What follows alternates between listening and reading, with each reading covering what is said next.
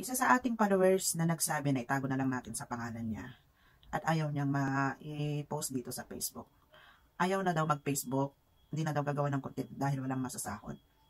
Bukod sa aking experience guys, ang Facebook is hindi natin siniseryos ito. Kung gusto mong kumita, pagpatuloy mo.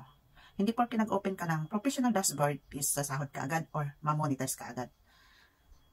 Sa kitaan dito sa in-stream ads, bukod sa aking experience dahil binuo ko ang Facebook na account ko na ito last April 6, 2023. Parehas sila ng aking Facebook page account. Na-monetize ito, magkasunod. Ang naunang na-monetize is Facebook page account. Na-monetize siya ng in-stream ads last August 6, 2023. Facebook profile is siguro mga katapusan ng August, kaya parang magkasabay lang, iisang buwan. So, na-monetize ito, sa madaling salita, nagka-earn ako ng $100 hanggang December. So, ilang buwan. Pero, hindi ko po masyadong gamit ito dahil naglaylo din ako sa maraming napagdadaanan na pagsubok dito kay Facebook. Noong naglaylo ako, December 21, is dumating ang email sa akin na pwede ko nang kunin ang aking payout, sahod. So, December 29 is na-payout ko ang $100.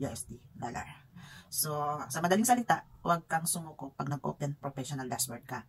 Gumawa ka lang ng content na magugustuhan ng mga viewers at followers mo. Yan po ang lagi kong sinasabi dito sa aking tutorial, dito sa aking mga video. Huwag kalimutan na gumawa ng content na magugustuhan ng iyong mga followers at viewers. So, ganun lang po. Huwag po tayong sumuko kapag nag-on professional tayo. Nag-turn on professional mode tayo.